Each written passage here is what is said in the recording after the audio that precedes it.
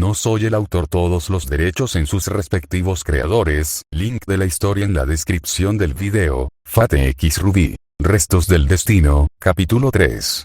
Ruby se agachó profundamente y echó a correr a paso ligero. Su primer pensamiento fue encontrar a Jan, y rápido, pero lo que ella y Shiro habían dicho la hizo bajar el ritmo. Jan estaba completamente segura de que haría muchos amigos enseguida, y Shiro se lo había confirmado. Shiro incluso había dicho que era muy agradable y que podía hacer amigos fácilmente si hablaba con la gente. Aunque seguía queriendo formar equipo con Jan, quizá no sería tan malo si Jan no fuera su compañera. Desde luego, no tendría ninguna queja de que Shiro fuera su compañera, e incluso podría estar bien con Weiss. También estaban esos dos con los que Shiro había estado hablando esa mañana, Nora y Ren. Si Shiro se llevaba tan bien con ellos, quizás ella también. Ruby estaba tan absorta en sus pensamientos que no se dio cuenta de la persona hacia la que corría hasta que fue demasiado tarde. Con un grito de sorpresa y un fuerte golpe, Ruby se encontró tumbada encima de la última persona con la que quería chocar. «Suéltame, imbécil», gritó Weiss mientras empujaba a Ruby. En un instante, la chica de pelo negro se puso de pie e intentó ayudar a Weiss a levantarse. «Lo siento muchísimo, Weiss. Estaba pensando y no miraba por dónde iba y entonces te vi, pero era demasiado tarde y. Está bien», dijo Weiss con irritación mientras se levantaba y se sacudía el polvo. Estaba igual de distraída y no te oía a tiempo. Ruby suspiró aliviada y dejó caer los hombros, solo para retroceder de un salto al encontrarse de repente con el dedo de Weiss en la cara. «Aún así. Es la segunda vez que te topas conmigo o con mis cosas. Mira. ¿A dónde vas?». Con cada una de esas últimas palabras, Weiss apuntó con el dedo a Ruby, obligándola a retroceder cada vez más hasta que quedó pegada a un árbol. Lo siento. De ahora en adelante tendré mucho cuidado. Lo prometo. Weiss suspiró mientras dejaba caer las manos en las caderas. Peor aún, por esa estúpida regla, esto significa que serás mi compañera durante los próximos 4 años. Ruby empezó a relajarse de nuevo y se bajó del árbol, con una expresión de esperanza en su rostro ante las palabras de Weiss, solo para volver a donde empezó. «Escucha. No aceptaré nada menos que lo mejor de mi compañera, así que mejor ponte en forma o yo te pongo en forma. Tú lo tienes». «Ese sí, señora». «Bien». Weiss giró sobre sus talones y empezó a caminar. «Ven conmigo. No quiero quedarme en este bosque más tiempo del necesario». «Próximo». «Oh, entonces, ¿cuál es tu semblanza?», preguntó Ruby después de caminar en silencio unos minutos. «Supongo que deberías saberlo. Mi semblanza es la habilidad de crear glifos. Se pueden usar solos o junto con el polvo almacenado en mi estoque para lograr diversos efectos. Te daré una explicación más detallada más adelante». «Genial. Parece que puedes hacer un montón de cosas». Weiss sonrió levemente al oír eso. «Supongo que sí. ¿Y tú?». Ruby sonrió y desapareció de repente, reemplazada por un remolino de pétalos de rosa. Weiss, sobresaltada, parpadeó un par de veces antes de seguir el rastro hasta su origen. Una tal Ruby Rose, ahora de que a unos 6 metros de distancia. «Soy rapidísima», dijo Ruby con un gesto de la mano. Weiss negó con la cabeza y se acercó a la chica más joven. «Ya veo. Simple pero efectivo. Algunos de mis glifos funcionarían de maravilla. Dime, ¿siempre dejas pétalos de rosa cuando corres?». «¿Sí? ¿Por qué?». «No lo sé. Pero, oye, me llamo Ruby Rose, así que me viene de maravilla». «Me parece bien. Es una pena que no puedas usarlo para sigilo. De todas formas, no soy bueno con esas cosas furtivas. Prefiero luchar de frente». «Sí, ya me lo imaginaba. En fin, ya hemos perdido bastante tiempo. Tenemos que irnos. Me niego a empezar el trimestre con una mala nota. Oye, ¿se ha vuelto más oscuro?». El sol debe haberse ocultado. Weiss guardó silencio al oír un gruñido sordo a su izquierda. En un instante, Weiss desenvainó a Myrtenaster mientras Ruby preparaba a Crescent Rose en forma de guadaña. Las dos chicas permanecieron en silencio, de espaldas, mientras observaban atentamente la zona. Varios ojos rojos las observaban desde la oscuridad. No sé si estar molesta o agradecida, dijo Weiss, tensando el cuerpo, lista para entrar en acción en cualquier momento. Por un lado, esto nos va a retrasar. Por otro, matar a unos cuantos Grimm solo debería mejorar nuestras calificaciones. Esto también nos da la oportunidad de pelear entre nosotros. Mejor nos acostumbramos, respondió Ruby mientras tamborileaba con los dedos. Cierto. En ese caso, sugiero que, uno de los Grimm, un Beowulf, se lanzó desde las sombras directamente hacia Weiss. Sin dudarlo, Weiss dio 2 pasos profundos hacia adelante, con el cuerpo pegado al suelo, y atacó con Myrtenaster. La punta de la espada brilló como mercurio al hundirla en el pecho del Grimm por 3 puntos. Un elegante giro la puso fuera del alcance del Beowulf y del alcance de la guadaña de Ruby, que la clavó en el cráneo del monstruo. La atención de Ruby pasó del Grimm que se desvanecía ante ella al que cargaba por detrás. Cambió de postura, lista para esquivar en el momento justo, cuando un movimiento de Weiss la hizo cambiar de planes. Un glifo blanco con un elaborado copo de nieve apareció ante ella y actuó como barrera. El Grimm chocó de frente con él y se vio obligado a ponerse de pie rápidamente. Actuando con rapidez, Ruby enganchó a Crescent Rose alrededor del glifo y detrás del cuello del Beowulf. Con la ayuda de un disparo del rifle de su arma, Ruby tiró de Crescent Rose hacia ella mientras Weiss soltaba el glifo. Cuando el Grimm decapitado cayó al suelo, Ruby giró a Crescent Rose de vuelta a su posición inicial y regresó de espaldas a Weiss mientras los 10 Beowulf restantes avanzaban a toda velocidad. Ruby recibió de frente su mitad de la carga. Con un grito de guerra, apartó la garra del Beowulf más cercano y contraatacó con un rápido tajo al torso, antes de proseguir con un tajo giratorio por la espalda. Disparó de nuevo y dejó que el retroceso impactara con la culata de su arma en la cara de otro Beowulf momentos antes de que éste pudiera atraparla. Un tajo en retirada a la 100 fue suficiente para rematarlo, pero rápidamente se vio obligada a girar para alejarse del anterior y saltar hacia atrás para evitar un golpe superior de otro. Por su parte, Weiss adoptó una postura reactiva, con Myrtenaster agachado y ligeramente inclinado hacia arriba, y dejó que su presa se acercara. 2 Grimm la atacaron a la vez por delante mientras ella desplazaba suavemente su peso hacia la pata trasera. En cuanto vio que sus cuerpos se tensaban para saltar, se interpuso entre ellos y dejó que Myrtenaster atacara con una precisión impecable. Perforó la parte interior de la pierna de ambos Beowulf en 2 puntos clave antes de proseguir con un corte giratorio mientras estaban en el aire, subiendo por el costado de uno y bajando por el otro. Cuando los Grimm tocaron el suelo, se desplomaron uno contra el otro, sobre un glifo azul pálido. Weiss clavó rápidamente a Myrtenaster en el suelo, en el borde del glifo, y liberó el polvo blanco de su cámara, combinándolo con su semblanza para provocar que una serie de púas de hielo brotaran del glifo y destrozaran al Grimm. Ruby blandió a Crescent Rose con todo su cuerpo y cortó limpiamente el brazo de un Beowulf antes de usar un golpe de retroceso para clavarle la espada en el pecho. Otro Beowulf saltó hacia ella por detrás, obligándola a soltar su arma y rodar hacia atrás entre sus piernas. Saltó de su rodar con las manos y golpeó al Beowulf en la espalda con una patada voladora. El Beowulf se tambaleó hacia adelante, chocando con el eje de Crescent Rose y cayó sobre él.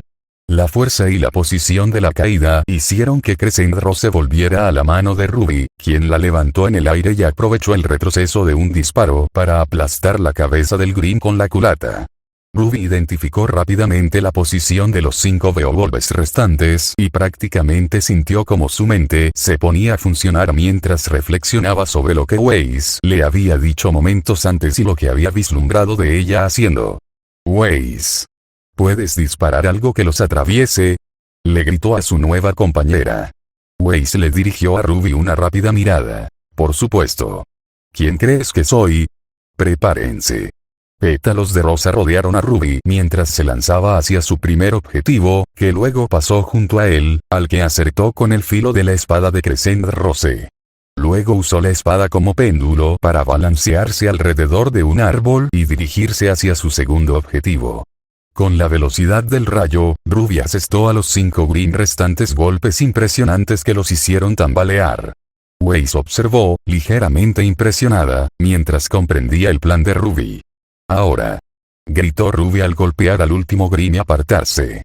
Los 5 Beowulfs restantes estaban ahora en una línea bastante ordenada ante Weiss, y ella inmediatamente cumplió su función. Un glifo amarillo apareció en el aire mientras sostenía a Myrtenaster verticalmente frente a ella y giraba el barril hacia polvo amarillo. Con una profunda estocada en el centro del glifo, varios rayos salieron disparados y atravesaron al Grim antes de impactar en un árbol más profundo. El calor de la electricidad sobrecalentó la savia interior y provocó la explosión del árbol. Ruby regresó tranquilamente con su compañera, blandiendo su arma antes de enfundarla. Oye, vi que formamos un buen equipo. Weiss observó los cuerpos de los Grim que se desvanecían rápidamente a su alrededor. Así es. Debo admitir que tu plan no era malo. Ruby rió alegremente mientras se balanceaba de un lado a otro, con las manos entrelazadas a la espalda. Ay, no fue nada. Tú eres la que tiene ese rayo enorme e impresionante. Weiss sonrió mientras envainaba su arma. En efecto. Bueno, vámonos. Ya hemos pasado suficiente tiempo aquí. Oh, la última pareja ya está formada, señor, dijo Glinda mientras se acercaba a Ozpin con el pergamino en la mano. Ozpin, por su parte, apenas la reconoció, pues se concentraba en la suya. Nora Valkyrie y Lieren. Pobrecito, no me imagino a esos dos llevándose bien. Han sido amigos íntimos desde la infancia y sospecho que hay algo más entre ellos, comentó Ozpin mientras tomaba el último sorbo de su chocolate. Hizo una mueca al darse cuenta de que se había enfriado durante todo el tiempo que había permanecido en la cima del acantilado. Ni siquiera voy a preguntar. Solo queda Emilia Shirou sin compañero, como estaba previsto. Glinda hizo una pausa y consideró sus palabras con atención antes de mirar a Ozpin y continuar. Señor, no entiendo cómo trata a ese chico. Crow lo encuentra medio muerto en una zanja en medio de la nada tras presenciar lo que describió como una lágrima en el cielo, y usted no solo lo acoge, sino que le revela algunos de nuestros secretos mejor guardados. Admito que es una curiosidad, pero ¿por qué confía tanto en él? Emilia Shirou es un ser único. Nunca ha habido nadie como él en todos mis años de vida, y dudo mucho que lo haya, incluso si viviera hasta el fin de los tiempos. Es un comodín en este juego que he estado jugando con Salem, y creo que puede cambiar el curso del destino. ¿Cómo es posible que un chico posea tal poder? ¿Es esa, como la llamó, magia suya? Eso es parte de ello, sí, pero es mucho más que eso. Shirou es alguien que no debería existir. Francamente, no pertenece aquí, en lo que respecta a Anelka, nunca lo hará. Eso por sí solo lo haría invaluable para intentar manipular el destino. Nelka. Ese es, un nombre antiguo para el mundo, ¿verdad? ¿Qué tiene que ver con esto? Corrección. Es el verdadero nombre del mundo. Nelka es la entidad que encarna la voluntad del mundo de vivir y proteger a sus hijos, es decir, a toda la vida que habita en él. Shirou es una anomalía para Nelka y, como tal, como todas las anomalías, debe ser corregida. Entonces, lo que estás diciendo es que, el planeta está intentando matar al señor Emilia. Ahora mismo no. Aunque no puedo asegurarlo, creo que está confundida con él. Es un ser prácticamente idéntico a los humanos que intenta proteger, pero tan completamente ajeno que bien podría ser una criatura sobrenatural. Creo que vigilará de cerca a Shirou por ahora y decidirá qué hacer después. Dudo mucho que Shirou consiga caerle bien, pero debería poder evitar enfadarla con bastante facilidad. Glinda negó con la cabeza y suspiró. Odiaba que Ozpin empezara a hablar así porque no entendía absolutamente nada y, la mayoría de las veces, solo le causaba dolor de cabeza. ¿Y qué hay de la señorita Rose? Preguntó, cambiando a un tema que sí entendía. Aún muestras un gran interés en ella, pero por lo que parece, el señor Emilia es quien esperas que lo cambie todo. Eso es porque no espero que Shirou lo cambie todo. Lo que espero es que simplemente iguale las reglas del juego y tal vez ponga un par de trabas a Salem. Ruby sigue siendo quien sé que pondrá fin a esta maldita revolución. No solo posee los ojos plateados, sino que también tiene un alma sencilla, y eso, por encima de todo, es lo que más necesitamos. Shirou también lo poseyó en su momento, pero su pasado lo ha dejado demasiado asustado y contaminado como para ser útil en ese aspecto. Cuando le asigné a Shirou la tarea de cuidar a Ruby, quería que se diera cuenta de lo similares que son, o al menos lo eran, y que intentara prepararla para lo que sabe que se avecina. Aunque nosotros y los demás profesores la educaremos lo mejor posible, lo cierto es que Shirou, debido a su edad y personalidad, puede influir en ella de una forma que nosotros no podemos. Él afilará el arma conocida como Ruby Rose y templará su alma para que pueda salvarnos de la oscuridad que se aproxima. Sabe, señor, con el debido respeto, cuando lo dice así, suena casi cruel. Quizás, pero creo que serán, y ya lo son, mucho mejores gracias a ello. Basta con mirar las recientes interacciones entre Ruby y Weiss para comprobarlo. Sin duda, según sus perfiles de personalidad, deberían haberse enfrentado a muerte, y sin embargo, aquí están ahora, caminando tranquilamente, mientras Weiss le explica su semblanza a Ruby con todo detalle, después de que aniquilaran a una manada de Beowulfs con una velocidad y una eficiencia impresionantes. ¿Crees que Shirou es la causa de eso? Hasta cierto punto.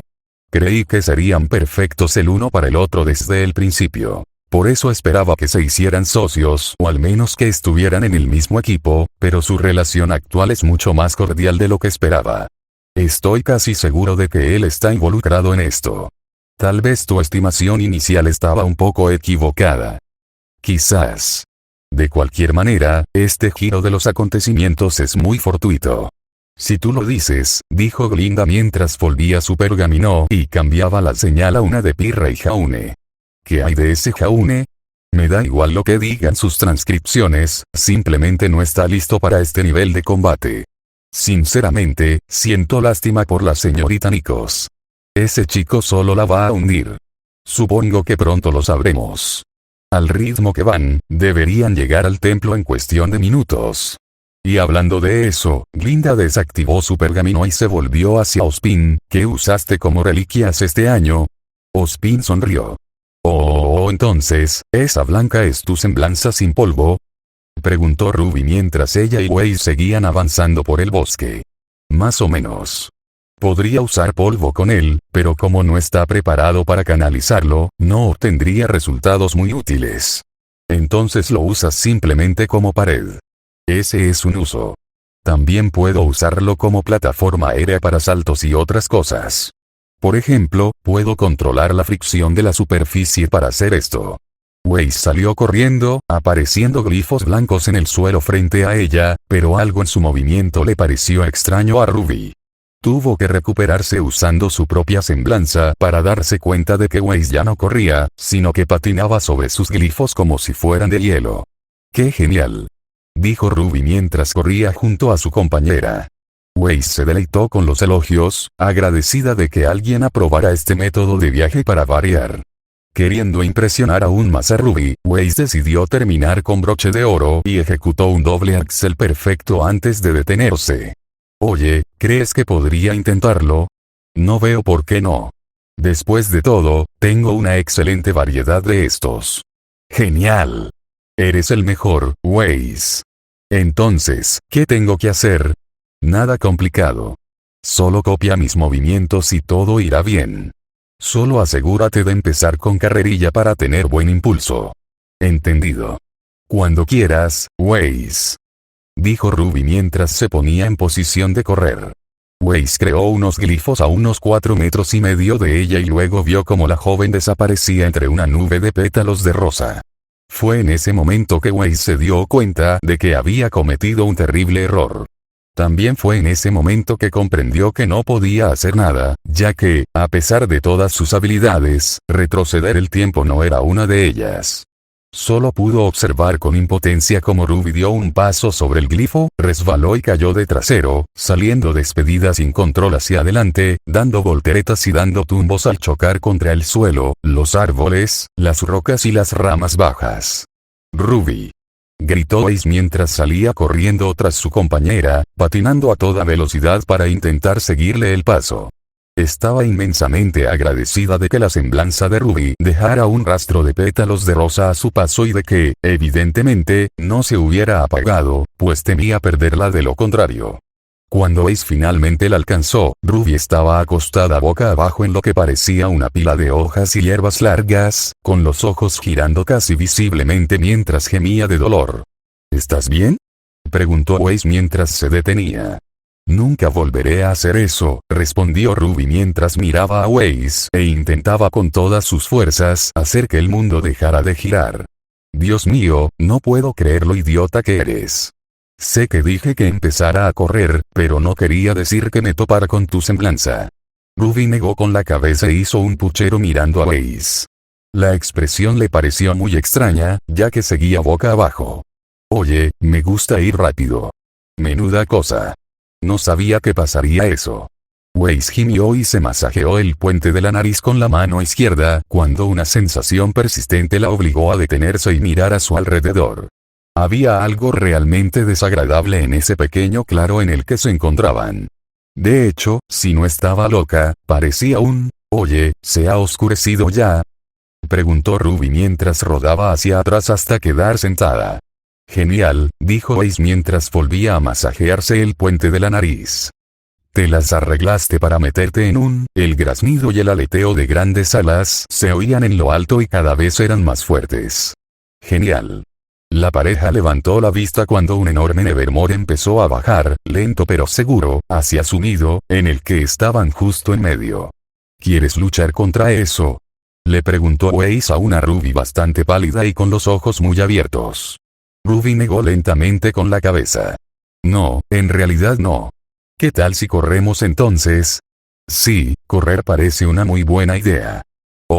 El templo abandonado, como su nombre indicaba, no se parecía en nada a un templo, según la opinión general. Era una gran rotonda de piedra de casi 30 metros de diámetro, con solo una pequeña sección de muro en ruinas a un lado y 5 pilares que sostenían lo que podría haber sido parte de un tejado. Justo dentro del perímetro del suelo de piedra había 18 pedestales sobre los cuales había piezas de ajedrez negras y doradas, y 2 jóvenes de pelo largo, también negras y doradas, las examinaban en ese momento. ¿Piezas de ajedrez?, preguntó la chica de cabello negro mientras miraba a su alrededor confundida. Algunos de ellos han desaparecido. Supongo que no fuimos los primeros en llegar, respondió la rubia Yang Xiaolong. Bueno, supongo que deberíamos elegir uno. Yang tarareó pensativamente mientras examinaba a algunos de ellos antes de recoger al caballero dorado. ¿Qué tal un lindo pony? Claro, dijo la chica de cabello negro con una sonrisa divertida antes de caminar hacia su pareja. Eso no fue tan difícil. Bueno, no es que este lugar sea muy difícil de... Un fuerte crujido desde un extremo del claro hizo que ambas chicas prepararan sus armas, solo para bajar la guardia confundidas mientras manchas rojas y blancas estallaban desde la línea de árboles. ¡Ay, oye! Lo logramos. Y no nos comieron, dijo Ruby mientras se detenía derrapando, con Ace a medio paso detrás de ella. Ace estaba a punto de responder cuando Yang intervino. ¿Ruby?, preguntó mientras comenzaba a caminar hacia ellos. Yang. Ruby se fue de nuevo, abrazando rápidamente a su hermana mayor. Fue horrible. Casi nos devora un Nevermore gigante. Oh, deja de exagerar, dijo Ace mientras se acercaba lentamente a ellos. No fue tan malo. Ese Nevermore no se acercó ni un pelo a nosotros. ¿Así que te emparejaron con Ace, preguntó Yang, mirándola con ojos evaluadores. Sí, y es genial. Matamos a 12 Beowulfs rapidísimo. Ella estaba como y apuñalaba con su estoque mientras yo los rebanaba con mi bebé. Luego alineé a los últimos y Ace les lanzó un rayo como boom. Y luego golpeó un árbol y boom. Explotó. Ni siquiera sabía que los árboles podían explotar. Yang sonrió con cariño ante las habituales historias descabelladas de su hermana pequeña, incluso mientras Ace ponía los ojos en blanco, exasperada. A decir verdad, había estado un poco preocupada por quién sería la pareja de Ruby, y Ace ciertamente no estaba entre sus favoritas, pero estaba claro que no había nada de qué preocuparse. Incluso si terminaban en equipos diferentes, su querida hermanita estaría bien. Vamos, Ruby, tomemos una reliquia y vámonos. Creo que ya he tenido suficiente de este bosque por un día, dijo Ace. Ah. ¿Sí? La prueba. Claro. Oye, ¿quién es? Es tu compañera, Jan. Ruby intentó rodear a su hermana, pero se detuvo al ver a la chica de cabello negro a cierta distancia. Ruby no pudo evitar fijarse en sus llamativos ojos amarillos y su adorable lazo negro. Claro que sí. Ruby, ella es Blake Belladonna. Blake, ella es mi hermanita, Ruby Rose. Es un placer, dijo Blake mientras se acercaba a los otros tres y les extendía la mano. Igualmente. Dijo Ruby antes de entrar al templo tras estrechar la mano de Blake. Rápidamente agarró la primera reliquia que le llamó la atención, el segundo caballero dorado, antes de regresar con los demás. Un grito agudo rompió el relativo silencio del bosque. El cuarteto se giró hacia donde venía y vio cómo, apenas un instante después, Jauneark salía volando del bosque y se estrellaba contra un árbol cercano. ¿Ese tipo acaba de salir volando del bosque?, preguntó Blake, sin referirse a nadie en particular. Jaune, ¿estás? Ruby empezó a acercarse a la rubia aturdida, pero se detuvo al oír un fuerte grito proveniente de otra parte del bosque. El grupo observó cómo una osa emergía de la línea de árboles, azotando y revolviéndose como una loca, antes de que una ráfaga de energía rosa la impactara por la espalda y la estrellara contra el suelo. Lo más sorprendente fue la chica de pelo naranja, a quien Ruby reconoció vagamente, que se bajó rodando, aparentemente montada en la bestia. Ahí, está roto, dijo, la imagen perfecta del desamor absoluto. Mientras lo examinaba, un chico de pelo largo y negro se le acercó corriendo, jadeando con dificultad. Nora. Dijo Ren, y Ruby estaba seguro de que debía ser Ren, mientras se apoyaba en el cadáver que se desvanecía lentamente. Por favor, no vuelvas a hacer eso. Por desgracia para él, Nora ya había huido y ahora estaba en el templo, con una torre dorada sobre la cabeza. Soy la reina del castillo. Soy la reina del castillo. Cantaba Nora mientras bailaba. Nora. Al grito de Ren, Nora se detuvo de inmediato y saludó a su amiga. Ya voy, Ren. Dijo alegremente mientras salía corriendo para reunirse con él, reliquia en mano. ¿Esa chica acaba de llegar en una osa?, preguntó Blake, sin mencionar a nadie en particular, mientras los demás lo miraban atónitos. Creo que esos dos son. Ruby fue interrumpida una vez más por un chillido proveniente de la misma dirección por la que Jaune había llegado volando. Todos se giraron para ver nada menos que a Pirra Nikos, huyendo de la criatura gigante con aspecto de escorpión que la perseguía. Jaune. Gritó Pirra al ver a su compañero colgando de un árbol.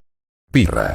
¿Acaba de venir corriendo hasta aquí con un acosador de la muerte pisándole los talones?, preguntó Blake de nuevo. Jan se frotó una sien mientras gruñía con frustración. Juro que si ocurre algo más loco, voy a perder los estribos. Blake entrecerró los ojos al oír algo débilmente a lo lejos. Miró al cielo un instante antes de preguntar, ¿es un Nevermore gigante el que viene hacia aquí? Nos siguió. Exclamaron Ruby y Weiss al unísono. Jan levantó los brazos y gritó con frustración mientras se daba por vencida. ¿Sabes? Probablemente deberíamos ayudarla, señaló Blake mientras le hacía un gesto a Pirra, quien apenas logró esquivar una de las garras del acechador mortal. Todos ignoraron el grito de auxilio de Jaune. A por ello. Dijo Ruby mientras preparaba a Crescent Rose. Jan y Weiss le gritaron que esperara, pero ambos llegaron demasiado tarde, pues Ruby salió corriendo en una ráfaga de pétalos de rosa.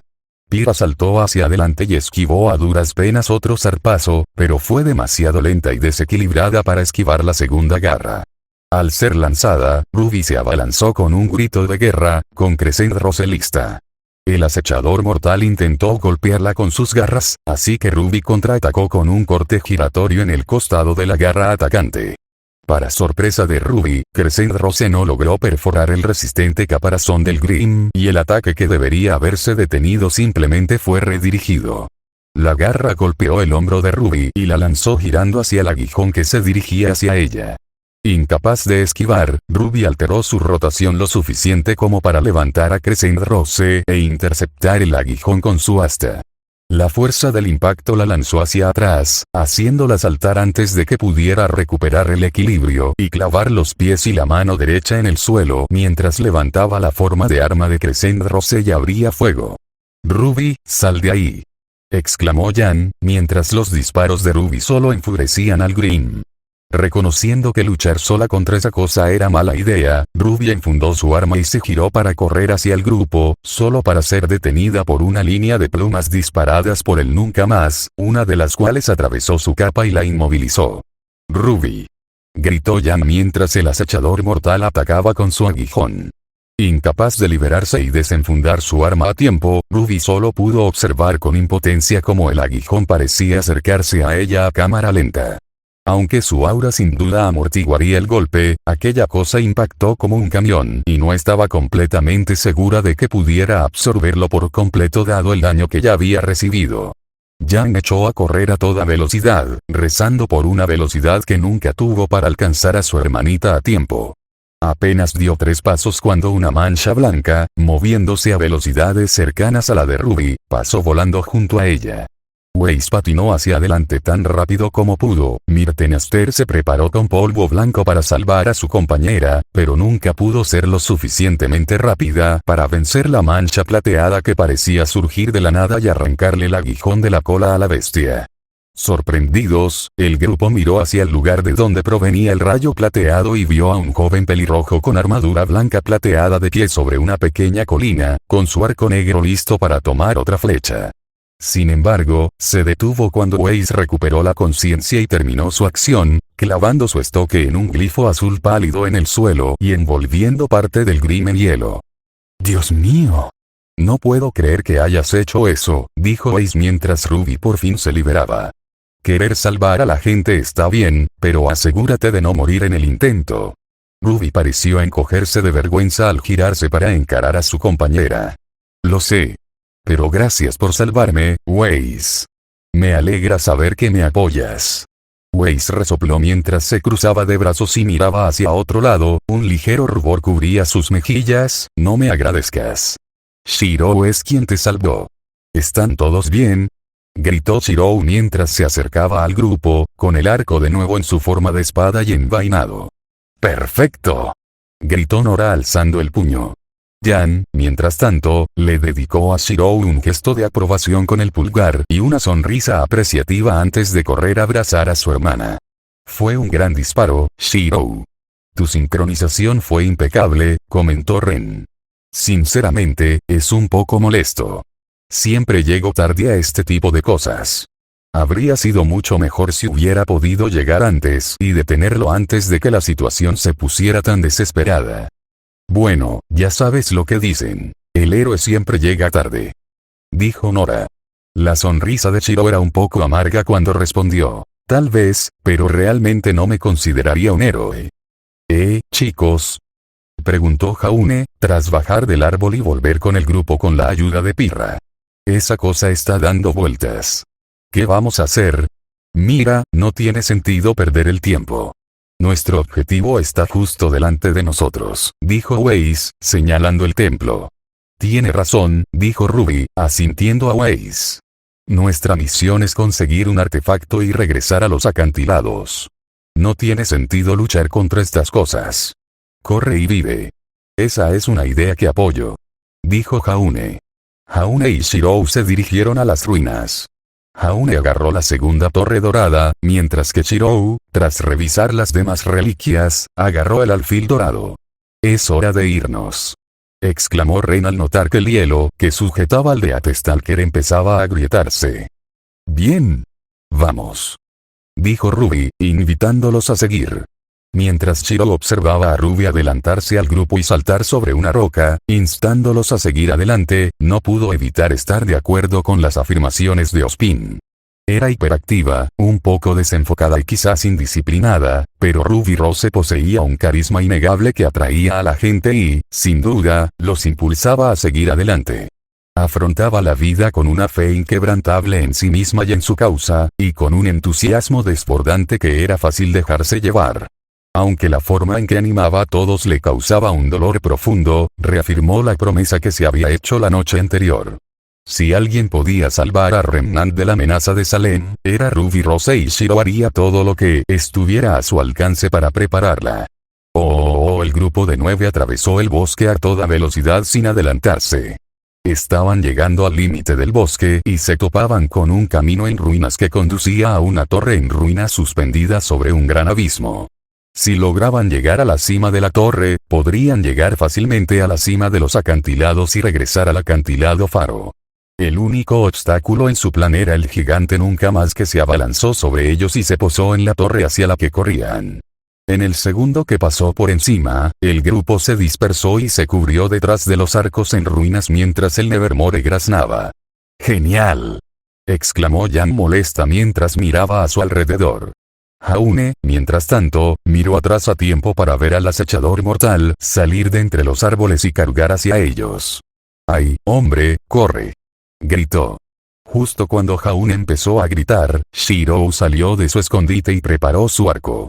Golpeó la flecha y esperó medio segundo a que el polvo se activara antes de dispararla. La flecha atravesó el aire como un meteoro antes de impactar en el pecho del nunca más, explotando al contacto. Chillando de dolor, el nunca más se elevó a los cielos mientras Shirou seguía acribillándolo con flechas normales. Tan rápido como Shirou había atacado, el acechador mortal había sido aún más veloz en su embestida. Justo cuando lanzaba la última flecha, ésta se abalanzó sobre él y se encabritó para golpearlo con sus garras, solo para ser detenida por Black y Ren, que la interceptaron con un tajo cruzado. Weiss estaba entonces a su lado, sujetándolo del brazo. Un glifo ya se estaba formando bajo ellos. Los dos saltaron mientras el acechador mortal dirigía su atención hacia Black y Ren, que huían. «Vamos, vamos», gritó Pirra mientras se detenía de golpe y transformaba a Milo en su rifle antes de disparar contra el acechador mortal. Ren llegó rápidamente a su lado y disparó a su vez. Cuando el acechador mortal estaba a punto de atacarlos, solo entonces dejaron de disparar y echaron a correr.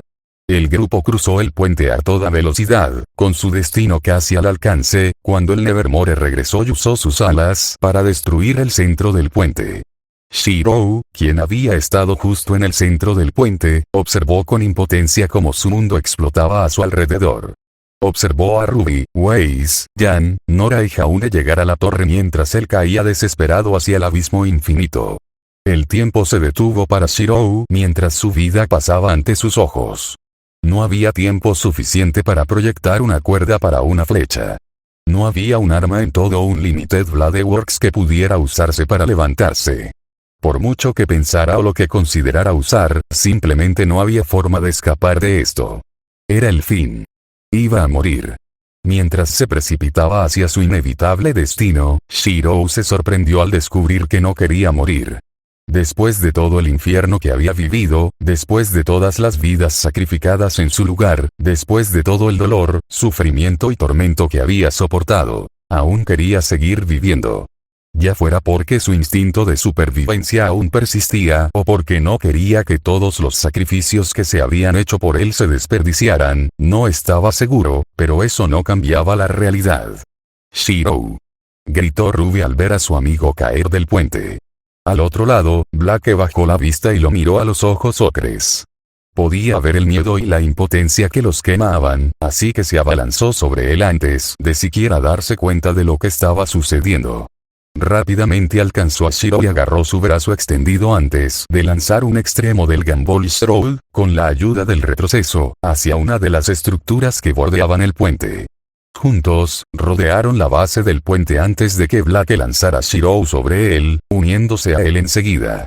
«Emilia Shirou, pero por favor llámame Shirou», dijo Shirou en el momento en que ambos estuvieron relativamente a salvo. «Black belladona. Solo quiero que sepas que ahora te considero un muy buen amigo. Creo que puedo vivir con eso. Tenemos que sacar esa cosa», dijo Ruby después de asegurarse de que Shirou estaba bien. «Entonces atacémoslo con todas nuestras fuerzas», sugirió Jan. Los 5 prepararon sus armas mientras el Nevermore regresaba para otro ataque. Al unísono, lo atacaron con una lluvia de disparos, flechas y fragmentos de hielo, pero nada de lo que usaron surtió efecto, ya que destruyó la plataforma donde se encontraban con sus alas. El quinteto saltó rápidamente de escombros en escombros antes de aterrizar en una sección más alta del puente, cerca de los acantilados. «Nada de esto funciona», dijo Weiss. Ruby observó cómo Blake usaba Gumball's Roll para alcanzar una zona más alta, con Shiro a cuestas, y Yang le disparaba inútilmente con Embercélica. Tengo un plan. Cúbreme. Gritó Ruby mientras se lanzaba hacia Blake y Shiro. Weiss preparó a Mirtenaster y cargó sin dudarlo. N/A. Reproduce Evo de Wild Child Bone. De vuelta en la parte inferior del puente, Jaune, Nora, Pirra y Ren luchaban contra el acechador mortal. Tenemos que movernos. Exclamó Jaune mientras corrían hacia adelante. Jaune y Pirra bloquearon las garras del Green con sus escudos, mientras Nora abría fuego contra su cabeza expuesta con su lanzagranadas y Ren cargaba hacia adelante, disparando sus armas. Jaune y Pirra fueron rápidamente obligados a alejarse por la fuerza bruta de la criatura mientras Nora se detenía para recargar. Ren se volteó ante su intento de atraparlo con ambas garras y lanzó una serie de ataques giratorios mientras volaba sobre su lomo. Justo cuando estaba a punto de tocar el suelo al otro lado, su cola bajó y lo estrelló con fuerza contra el suelo antes de golpearlo y estrellarlo contra una pared cercana. Ren gimió de dolor al separarse de la pared y Jaune observó con asombro cómo un tenue aura verde envolvía al otro chico. Ren brilla. ¿Por qué brilla Ren? Preguntó Jaune mientras esquivaba otro zarpazo. Oleada de alma. Respondió Pirra mientras apartaba la otra garra de la criatura con Milo. Es otro atributo del aura que olvidé mencionar. Es un ataque realmente poderoso que solo se puede usar bajo ciertas condiciones. ¿Puede matarlo? Probablemente. Ren, ¿qué necesitas? Lánzala al aire. Respondió Ren, adoptando una postura baja y concentrando su aura. A por ello. Nora, prepárate. Pirra, conmigo. A por todas. Jaune y Pirra se lanzaron hacia adelante, cruzándose uno frente al otro en un patrón serpenteante, antes de atacar las patas externas del acechador mortal, derribándolos. Sube. Nora disparó una granada contra la parte inferior del Grim, con aspecto de escorpión. La explosión solo levantó las patas traseras. Levántate. Jaune y Pirra se colocaron rápidamente debajo y usaron sus escudos para sujetar a la criatura, levantando ligeramente su parte delantera. Lanza. La risa de Nora fue un poco maniática mientras giraba su martillo y lo golpeaba contra la parte inferior del Grim. La explosión resultante lo lanzó por los aires. Ahora, Ren. Ren se lanzó hacia adelante a una velocidad superior a la habitual, dejando tras de sí un rastro de imágenes residuales. Saltó por los aires, rebotando contra la espalda del Beatstalker, que aún se alzaba, para superarlo antes de dar una vuelta boca abajo, con los brazos extendidos y cruzados por encima de él. Arte de sucesión. Un viento verde se consolidó a su alrededor mientras comenzaba a girar rápidamente y a disparar sin cesar Stormflower. Loto espiral. El poder creciente de Ren se desbordó y fue lanzado hacia abajo a una velocidad increíble, atravesando la gruesa armadura del Beatstalker como si fuera papel de seda mojado. Ren aterrizó en cuclillas frente a los demás mientras el cadáver del acechador mortal caía al barranco. Todos se giraron para mirar con preocupación la batalla que se libraba arriba. Shiro y Blake se pararon sobre un pilar, con las armas preparadas, observando cómo él nunca más daba vueltas. Blake abrió fuego mientras Shiro disparaba flecha tras flecha para atraer a la criatura hacia ellos. Con una sincronización perfecta, se elevaron por los aires. Blake lanzó a Shiro aún más alto, aterrizando sobre el lomo del ave gigante y golpeando a Gumball's Road en sus sienes antes de usarlo como rienda para controlar a la bestia. Gritó desafiante, pero Shiro, al caer, perdió una flecha de hielo en la base de su boca, la formación de hielo resultante le abrió el pico. En cuanto la flecha de Shiro desapareció, Blake retiró el Gumball's Road y arrojó un extremo hacia Yan, quien había saltado por los aires usando los glifos de Weiss. Con la ayuda de Blake y el retroceso combinado de sus armas, Yang voló sobre el Nevermore antes de estrellarse, de puño contra su cráneo.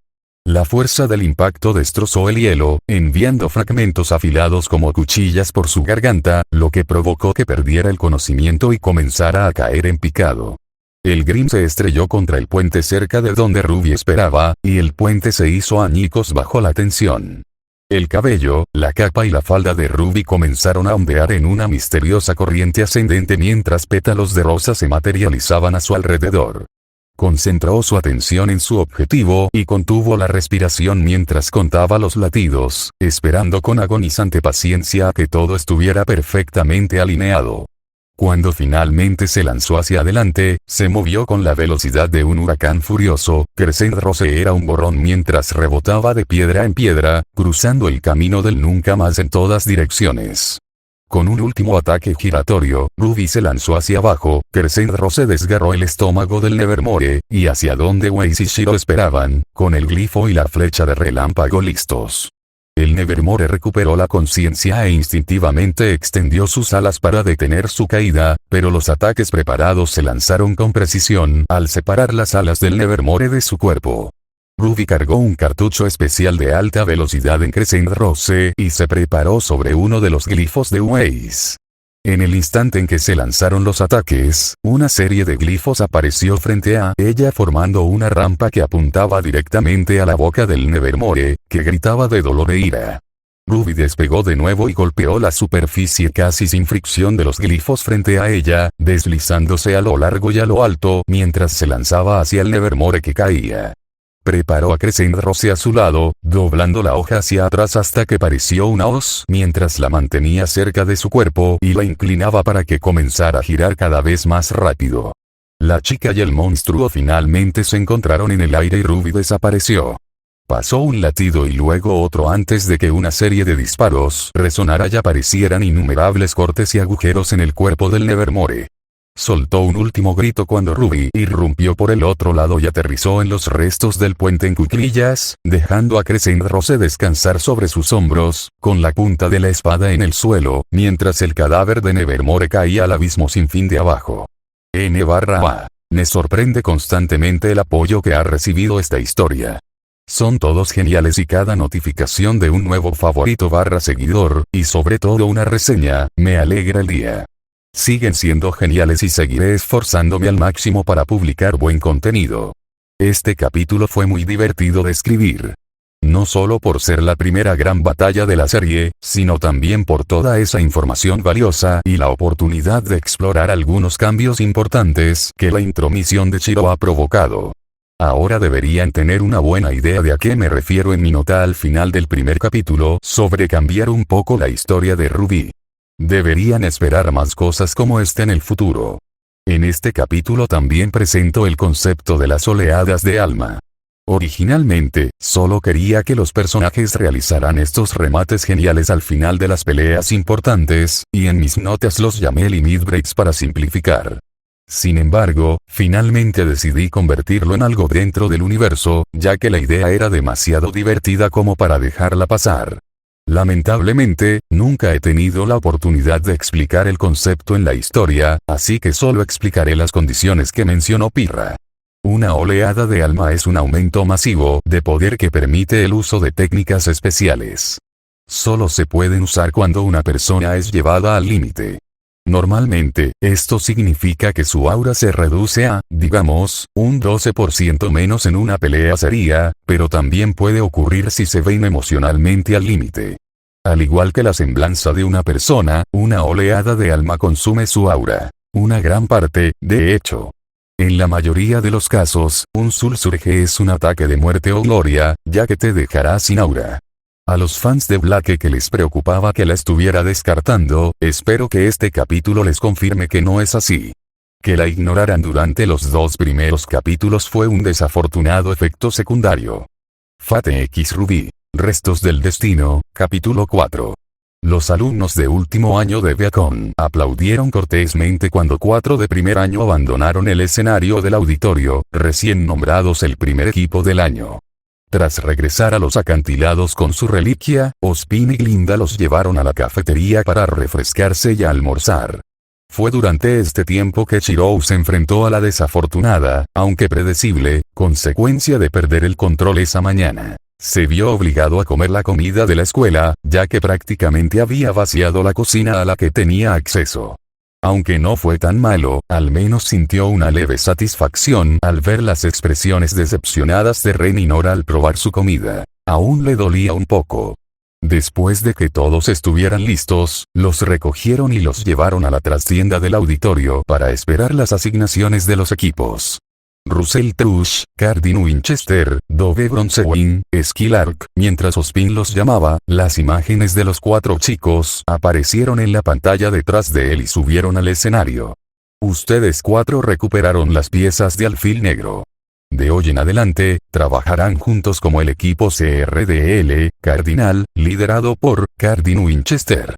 El público aplaudió cortésmente mientras los 4 chicos salían del escenario. Jaune Ark, Lieren, Piranicos, Nora Valkyrie. Ustedes 4 recuperaron las piezas de Torre Blanca. De hoy en adelante, trabajarán juntos como el equipo JNPR, Juniper, liderado por Jaune Ark. ¿El guiado por? Preguntó Jaune, estupefacto, mientras Pirra le daba un golpecito amistoso en el hombro y Nora abrazaba a Ren. Felicidades, jovencito, dijo Ospin mientras cubría el micrófono con la mano. Una vez fuera del escenario, Ospin continuó. Blake Belladonna, Ruby Rose, Weiss Schne, Yang Xiaolong. Los 4 recuperaron las piezas del caballo blanco. De hoy en adelante, trabajarán juntos como el equipo Ruby, liderado por Ruby Rose. Ruby palideció de la sorpresa cuando Jan la abrazó y Weiss la miró con incredulidad. Estoy tan orgullosa de ti, dijo Jan. Los de años superiores empezaron a levantarse de sus asientos, ya cotilleando sobre los nuevos equipos, cuando Ospin volvió a hablar, dejándolos a todos paralizados de confusión. Y por último, Emilia Shirou. Como el único que recuperó el alfil blanco y sin pareja, serás un agente libre asignado a los demás equipos según se considere oportuno. A pesar de estar en un mundo donde esta tradición parecía inexistente, Shirou no pudo evitar hacer una profunda reverencia ante Ospin y la multitud, mientras los demás estudiantes murmuraban entre sí. En la larga historia de Viacom e incluso de las demás academias principales de cazadores, este fue el primer caso conocido de un agente libre, un estudiante no asignado a ningún equipo en particular.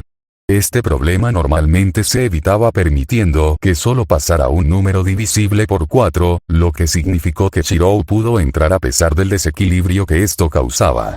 Mientras Shirou bajaba del escenario y se dirigía al aula donde se les había ordenado a los nuevos equipos que se reunieran, no pudo evitar sentir cierta aprensión por todo esto. Su existencia ya iba a ser objeto de escrutinio por parte de algunos simplemente por ser estudiante de Viacom, y estar en una situación tan singular solo aumentaría dicho escrutinio. Si bien no era realmente el primer agente libre en la historia de ninguna de las escuelas, esos casos solo ocurrían cuando 2 o 3 miembros de un equipo ya existente morían de una forma u otra. Los sobrevivientes en esos casos solo permanecieron como cazadores un par de veces, así que existía un proceso probado para esto, pero esta era realmente la primera vez que un estudiante comenzaba como agente libre. Aún así, por mucho que no le gustara la atención adicional, simplemente no había otra manera de que pudiera hacer todo lo necesario. La idea de que se uniera al equipo de Ruby como 5º miembro se había discutido, pero posteriormente se descartó, ya que era más útil para Ospin como agente libre que podía dejar la escuela en cualquier momento. Tal como estaban las cosas, Shirou solo podía esperar que los registros que Ospin falsificó para él resistieran el escrutinio y estar agradecido de que su nombre de pila, Shirou, que significaba algo así como hijo de samurái, fuera casi idéntico en pronunciación y ortografía fonética a Shiro, que significaba blanco y, por lo tanto, encajaría perfectamente. En cuanto Shiro abrió la puerta del aula y entró, una tal Ruby Rose lo atacó. Oye, Shirou, ¿qué te va a pasar? No te queda nadie con quien formar equipo y ni siquiera tienes pareja, dijo. Shirou miró más allá de ella, al equipo JNPR y al resto del equipo Ruby, y los vio observando atentamente, también con evidente curiosidad. Aparentemente seré agente libre. Esto significa que me asignarán a otros equipos según sea necesario, pero por lo demás trabajaré por mi cuenta, respondió Shirou mientras se dirigía al asiento disponible más cercano. Pero el profesor Ospin dio a entender que trabajaremos mucho con nuestro compañero. Si no tienes compañero, ¿no te lo pondrá más difícil? Esa es una muy buena pregunta, señorita Rose, dijo Glinda Godwich al entrar en la sala. Al instante, los estudiantes que aún estaban de pie tomaron asiento y guardaron silencio. El caso del señor Emilia es especial, pero ya ha ocurrido antes. cualquier tarea que deba realizar con su compañero se ajustará para compensar su ausencia. En cuanto a las tareas que requieren un compañero, como los ejercicios de sparring, el profesor determinará el procedimiento exacto, pero probablemente se turnará con los demás estudiantes si es posible. Shiro asintió y aceptó la explicación, aunque se preguntaba en secreto cuánto le dolería todo esto. Nunca había tenido problemas con la escuela, pero esta situación ya empezaba a causarle dolor de cabeza. Tras explicar las circunstancias especiales de Shiro, Glinda explicó qué podían esperar durante su estancia en Yakon. Además de asignar habitaciones a los nuevos equipos, Shiro tenía una habitación para él solo, para envidia de Mace, y repartir los horarios de clases. Tras responder algunas preguntas, Glinda ofreció un rápido recorrido por las instalaciones, mostrando el camino más fácil de recordar a los lugares más importantes antes de repasar las indicaciones para llegar a otros lugares de interés. Al final, eran alrededor de las 6 de la tarde y todos pudieron cenar y disfrutar del tiempo libre como quisieran. Shiro, oficialmente, aunque en privado, declaró que este era el peor día de su vida desde su llegada a Remnant, ya que se vio obligado a comer comida escolar por segunda vez. No tenía nada objetivamente malo, simplemente era tan insulso y soso comparado con lo que él podía preparar, que casi lo odiaba. Después de cenar, todos decidieron irse a dormir. Tras tantas peleas y ajetreos, solo Nora, que parecía tener una energía inagotable. Pirra, acostumbrada a entrenamientos increíblemente intensos y agendas apretadas, y Shiro, que se encontraba en una situación similar a la de Pirra, presentaban distintos grados de agotamiento y dolor. Ren, en particular, casi se quedó dormido varias veces durante la cena, pues su impulso de almas lo había agotado. A pesar de esto, eso no impidió que Ren hablara en voz baja con Nora mientras se dirigían a sus habitaciones. A pesar de no haberla conocido ni un día completo, la vista de Nora susurrando era algo incorrecto para Shiro. Antes de llevar a Shiro a un lado, asegurándose de que todos los demás estuvieran fuera del alcance del oído. Oye, Shiro, una pregunta casual, ¿pero a qué hora sueles levantarte?, preguntó Ren, intentando sonar lo más casual posible. Shiro parpadeó un par de veces antes de responder. Normalmente me levanto alrededor de las 5 am. ¿Por qué? Oh, no hay razón. Solo curiosidad. Parece que te levantas bastante temprano. Me gusta trabajar en algunas cosas antes de empezar el día. Me levanto tan temprano desde que era pequeño. ¿Y cuánto tiempo suele tardar esto? Aproximadamente 1 hora, más o menos unos minutos. Así que sueles desayunar a las 6. Ahí estaba el motivo de tanta curiosidad. Si tú y Nora quieren desayunar conmigo, no me importa. De todas formas, estoy acostumbrada a cocinar para 3 o 4 personas. Oh, no. No podemos imponernos así. Shiro se puso una mano en la cadera y miró a Ren con una mirada inexpresiva. Bueno, supongo que sí, si no te importa. No. Como dije, ya estoy acostumbrado y, de todas formas, me gusta cocinar para los demás. Prepararé el desayuno sobre las 6, así que si quieres, puedes acompañarme. Gracias, Shiro. Nora y yo encontramos la comida de la escuela decepcionante después del desayuno que preparaste. Shiro sonrió. Sí, esa es la maldición de convertirse en un buen cocinero. Puede ser difícil comer cualquier cosa hecha por otros. Bueno, gracias de nuevo, Shiro. Debería ir a avisarle a Nora. Nos vemos mañana, dijo Ren con un gesto mientras comenzaba a caminar hacia la habitación de JNPR. No hay problema. Buenas noches, Ren. Shiro se sentó con las piernas cruzadas en su nueva habitación, su mente se volvió hacia adentro mientras decía las palabras que convertirían su cuerpo en un conducto para el prana. Sigue el rastro. Eran casi las 11 y la luz de la luna que entraba a raudales por la ventana tras él era la única fuente de luz, bañando la habitación con un resplandor casi etéreo. Habiendo dejado todas sus posesiones en el otro mundo y sin haber mostrado nunca mucho interés en esas cosas, su habitación no tenía nada que fuera realmente suyo. Había una cama proporcionada por la escuela, apartada a un rincón junto a la ventana, las otras 3 habían sido retiradas antes de su llegada. Había una mesita de noche con un reloj digital. Había un escritorio donde guardaba su mochila en otro rincón junto a la puerta, con una sola silla y una lámpara. No había absolutamente nada en esta habitación que fuera, estrictamente hablando, propiedad de Miyashiro, y así era como le gustaba. Proyección, comienza. Incluso al ser lanzado a otro mundo, había ciertos hábitos que Shirou no podía ni quería abandonar, y este era uno de ellos. Entrenar con su hechicería había sido uno de los hábitos más importantes que su padre, Emiya Kiritsugu, le había inculcado antes de morir, y Shirou a menudo tenía dificultades para dormir si no lo hacía. Ya no tenía mucho sentido desde que descubrió Unlimited Blade Works y supo que nunca podría hacer mucho con su hechicería más allá de eso, pero seguía intentándolo. Simplemente no se sentía bien parar. Juzgando el concepto de creación. Sin embargo, la práctica de Shirou tuvo un beneficio práctico. Si bien las reglas de la taumaturgia parecían ser completamente iguales, según Shirou, existían diferencias ocasionales debido a factores externos. La práctica de la taumaturgia ciertamente existía en Remnant. Ozpin lo había confirmado simplemente al reconocer el poder de Shirou, pero era extremadamente rara, incluso en comparación con su propio mundo. Parecía que el aura y las semblanzas enturbiaban bastante las aguas, y cualquiera que descubriera que podía realizar hechicería, la mayoría de las veces, simplemente creía haber descubierto su semblanza. Hipotetizar la estructura básica. El resultado fue bastante extraño. Ozpin desconocía la existencia de algo parecido a la asociación de magos en este mundo, y si Ozpin no la conocía, era casi seguro que no existía, y solo conocía unas pocas familias de magos.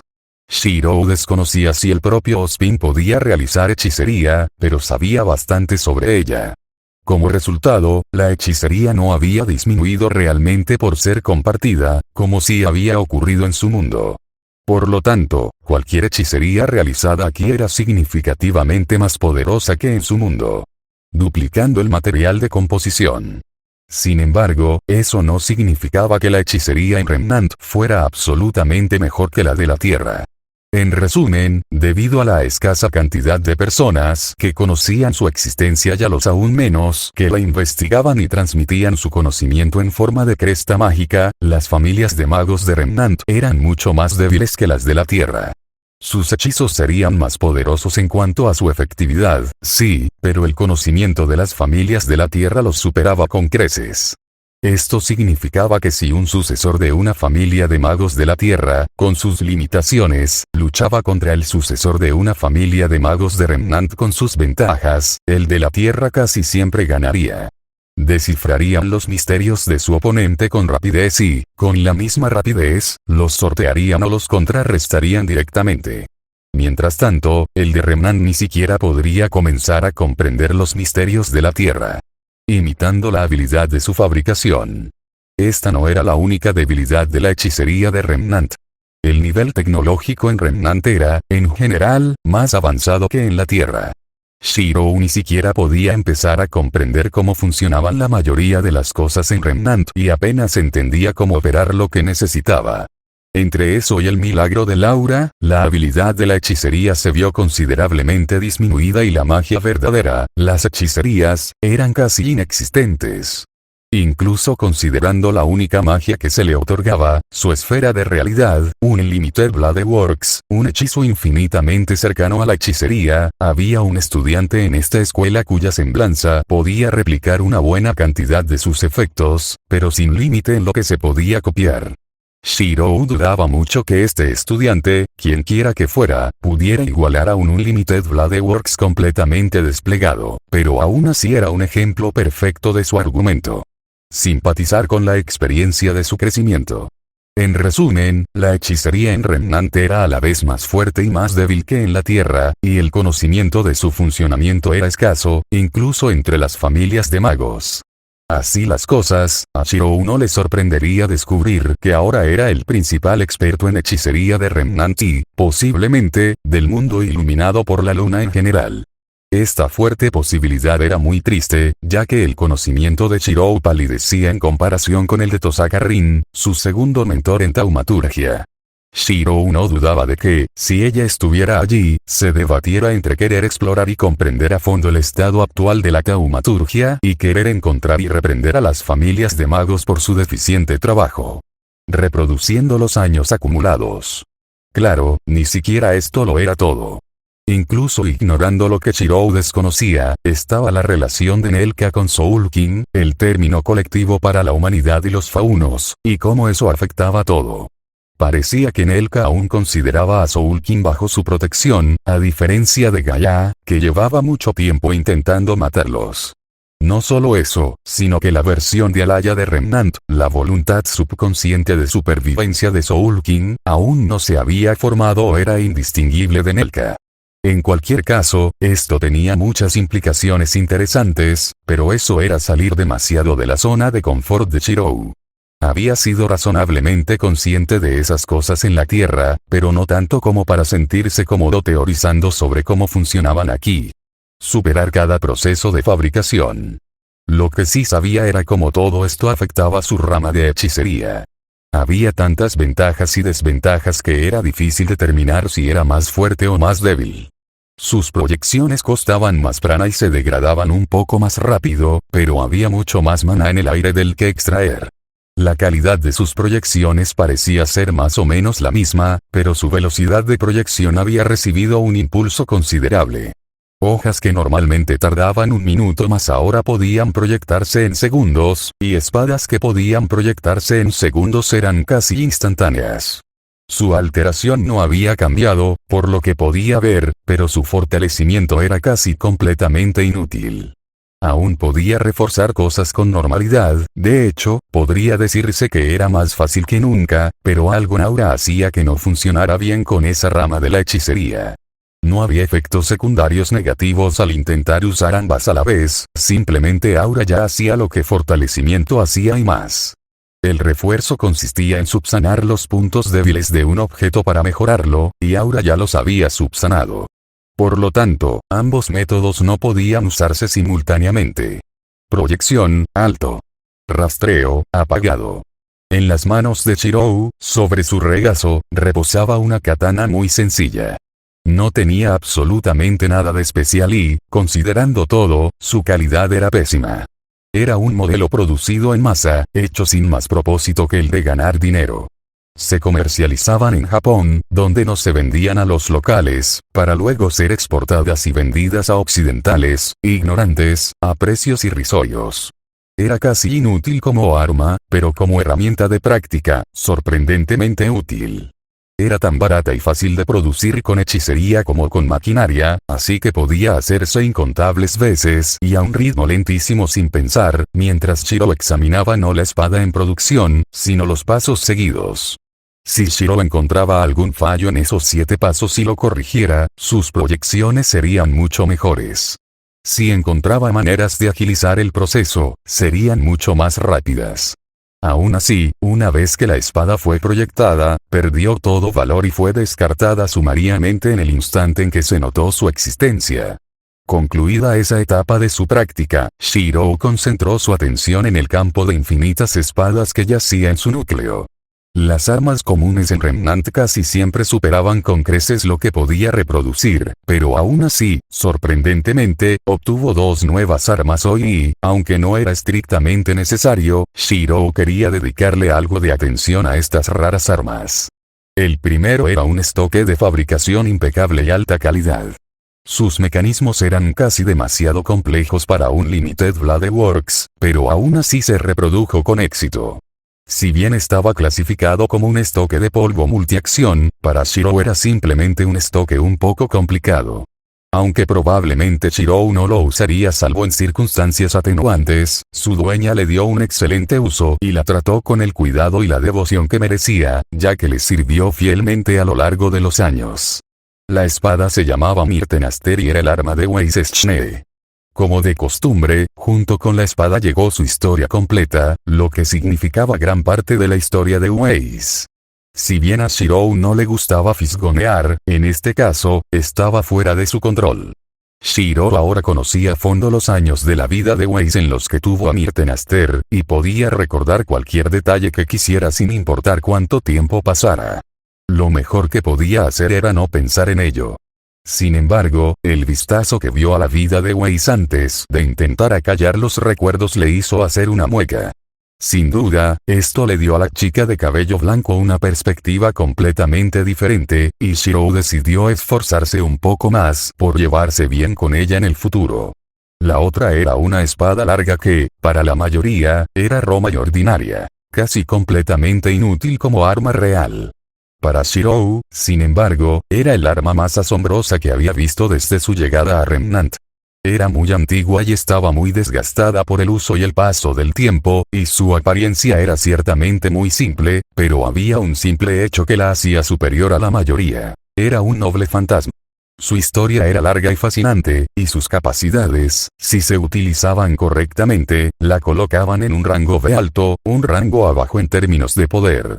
Cuando Shirou la vio, necesitó una considerable cantidad de fuerza de voluntad para no reaccionar de ninguna manera, especialmente considerando quién era su actual dueño. La espada se llamaba Crocea Morse y era el arma de Jaune Arc.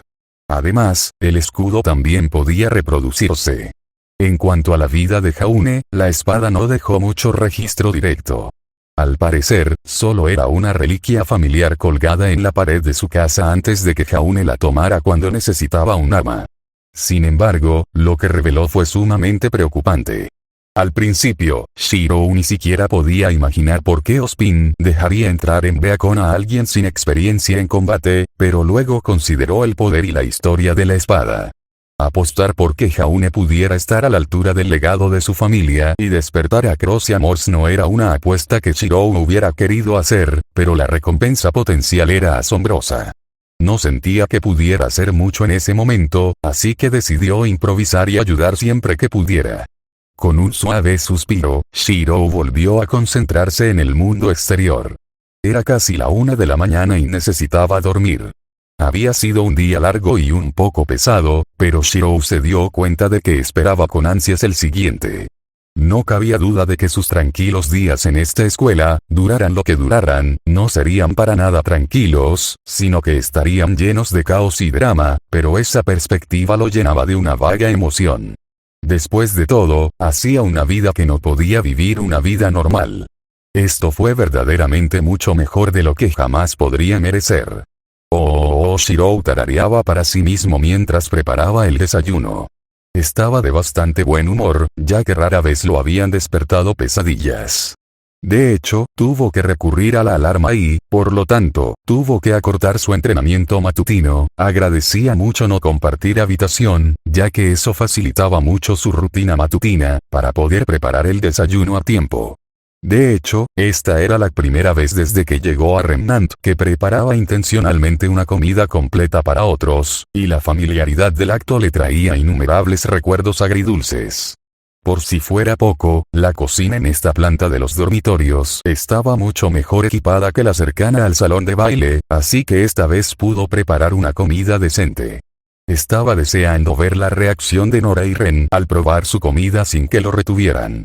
Hablando de ellos dos, Shirou percibió un ligero olor a ozono en el aire que indicaba la llegada de Nora, lo que significaba que Ren también debía estar allí.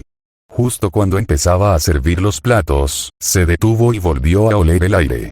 Había otros dos aromas con Nora que apenas reconoció. Uno transmitía una profunda calidez con un toque metálico no desagradable, mientras que el otro olía ligeramente a limón.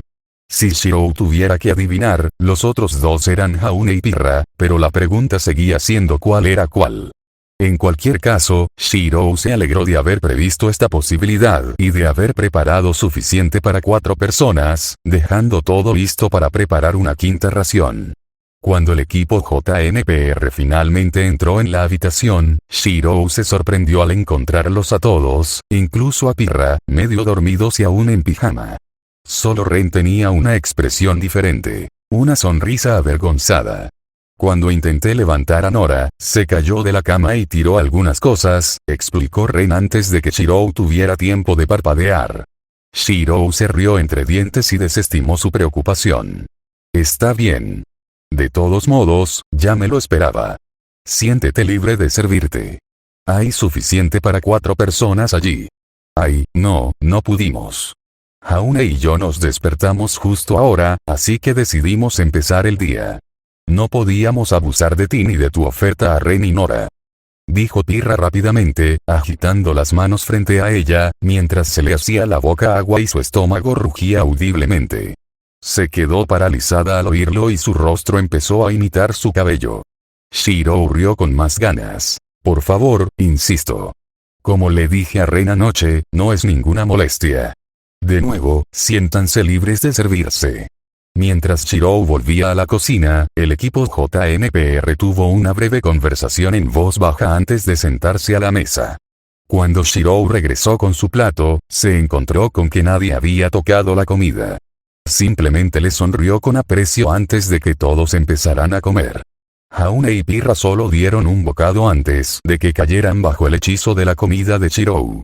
Pirra tuvo que esforzarse mucho para no engullirla, mientras que Jaune fracasó por completo y comió con una ferocidad que le recordó a Shiro a cierto tigre. Ni siquiera Nora y Ren, que estaban preparados para esto, estaban preparados, pues sus lenguas fueron asaltadas por un mundo de sabores que apenas podían comprender. Una vez que todos terminaron de comer y el equipo JNPR terminó de colmar de elogios a Shiro, Shiro recogió todos los platos y los depositó en el fregadero antes de volver su atención a la estufa. ¿Estás cocinando algo más, Shiro?, preguntó Jaune mientras se reclinaba en su silla y se daba unas palmaditas en el estómago. Todos lucían expresiones de total satisfacción y nadie pareció notar el ruidoso eructo de Nora. Sí, mi almuerzo. Tengo muchas más opciones si lo preparo ahora. ¿Pero eso no limitaría tus opciones?, preguntó Ren. Después de todo, la mayoría de los platos se sirven calientes y un aislante tiene sus límites. A menos que planees usar el microondas más tarde. Shiro rió entre dientes ante esta forma de pensar tan ignorante. Te sorprendería lo que se puede hacer con la preparación adecuada, dijo con cierta ironía. Se preguntó distraídamente si habría pasado demasiado tiempo hablando con Ospin. Sea lo que sea que estés haciendo, estoy segura de que será espectacular, dijo Pirra mientras revisaba su pergamino. Son las 7:30. Deberíamos darnos prisa y terminar de prepararnos antes de que lleguemos tarde a nuestra clase de las 9. Sí, de acuerdo, dijo Jaune mientras se levantaba y se estiraba, pero hay algo más que debemos hacer primero. El resto de JNPR miró a su líder con curiosidad mientras se arremangaba. Tenemos que lavar los platos, dijo con cierta incredulidad. Shiro cocinó, así que limpiemos. Así es como siempre funcionaba en mi casa. Los demás lo miraron fijamente un segundo más antes de levantarse rápidamente y seguir su ejemplo. Shiro había considerado rechazar su ayuda, ya que en su casa no funcionaba así en absoluto, pero descubrió que no tenía la fuerza para ello. Media hora después, Shiro se reunió con el equipo JNPR frente a su dormitorio y el grupo comenzó a caminar hacia su primera clase. Aún era bastante temprano, pero eso les dio tiempo de sobra para llegar sin preocupaciones. A Shiro le pareció un poco curioso no haber oído ni pío del dormitorio del equipo Rubí, pero lo dejó de lado. Después de todo, seguro que no olvidarían planear adecuadamente su primera clase, ¿verdad? N/A. Varias cosas esta vez. Para empezar, muchas gracias a todos los que me han dado favoritos, seguido y, sobre todo, reseñado. Ver una nueva notificación de eso siempre me alegra el día. En segundo lugar, algunos críticos señalaron que Shiro podría haberse salvado del capítulo final usando la daga de cadena de Rider. La razón por la que no lo hizo es porque yo, el autor, la olvidé, pero para evitar un agujero argumental, diré que Shiro nunca la vio. Como no hay un lugar real para mencionar esto en la historia, ni siquiera como un omaque, diré que Miyashiro ha visto a Kansoi Bakuya, Rulebeaker, Caliburn, para una definición de la palabra visto, Gaebulk, Monosisao y el hacha espada de Berserker, junto con varias armas en la bóveda de Gilgamesh. Es un poco forzado, sin duda, pero eso es todo lo que puedo hacer. En tercer lugar, este capítulo fue bastante lento, pero me divertí mucho, ya que pude desarrollar el mundo y explicar cómo funcionan ciertas cosas en Remnant. Sé que ya he tenido algunas preguntas sobre esto, así que espero que lo hayan disfrutado tanto como yo. Para un efecto adicional, intenten escuchar The End of Reminiscence de Fate/Stay Night durante la escena con Shiro en su habitación. En cuarto lugar, aquellos familiarizados con la novela visual deberían encontrar el aspecto plano de Shirou muy familiar. Por último, tiene un nuevo Omake. Omake 2, una sombra oscura. Durante B1C4 en lo profundo del distrito de almacenes de Vale, en la oficina del almacén más apartado que pudo encontrar, se encontraba Roman Torchwick. Siendo el autoproclamado jefe mafioso más importante de Vale, Roman se aseguraba de vestir siempre de gala y de portar un estilo y una fuerza impecables. Con su chaqueta blanca con franjas rojas, pantalones, zapatos y guantes negros, una pequeña bufanda gris y un bombín negro con banda roja, su favorito, parecía un hombre que disfrutaba de las cosas buenas de la vida. Su brillante cabello naranja, cuyo flequillo casi siempre le cubría uno de sus ojos verdes, solía ser motivo de discordia en su juventud, pero ahora su distintivo peinado y vestimenta solo servían para inspirar miedo y respeto. Mientras Roman se apoyaba en el escritorio y encendía un buen puro con un encendedor hecho a medida, reflexionó sobre lo bien que había ido todo últimamente. Claro, esa zorra de Cinder había sido muy mandona y trabajar con el colmillo blanco no había sido precisamente lo mejor de su carrera. La verdad es que le importaban un bledo los Fauno, pero trabajar con gente que lo menospreciaba le sacaba de quicio, pero su margen de beneficio estaba por las nubes y pronto ganaría aún más. Incluso podría tener lo suficiente para dejar de usar almacenes abandonados como base y, en su lugar, comprar un negocio que usar como fachada o incluso empezar a sobornar a políticos para que le hicieran la vida un poco más fácil. Claro, no todo era color de rosa. La chica que había frustrado uno de sus robos hacía poco más de una semana había sido un incordio, y la llamada que acababa de tener con su contacto en el colmillo blanco podría haber ido mejor, pero todo saldría bien. Solo tenía que jugar bien sus cartas, estar atento, y saldría victorioso sin problema. Justo a tiempo, un mensajero de colmillo blanco llegó a su oficina con un carrito cargado con una caja grande. Con la facilidad que le da la práctica, Roman metió la mano en un cajón de su escritorio y sacó un fajo de lien antes de arrojarlo sobre él. «Ábrelo», ordenó Roman después de que el mensajero cogiera el dinero. El mensajero sacó una palanca y abrió la tapa de la caja, revelando un gran alijo de cristales de polvo de todos los colores. Roman se levantó y rodeó su escritorio con naturalidad antes de sacar un cristal azul y examinarlo.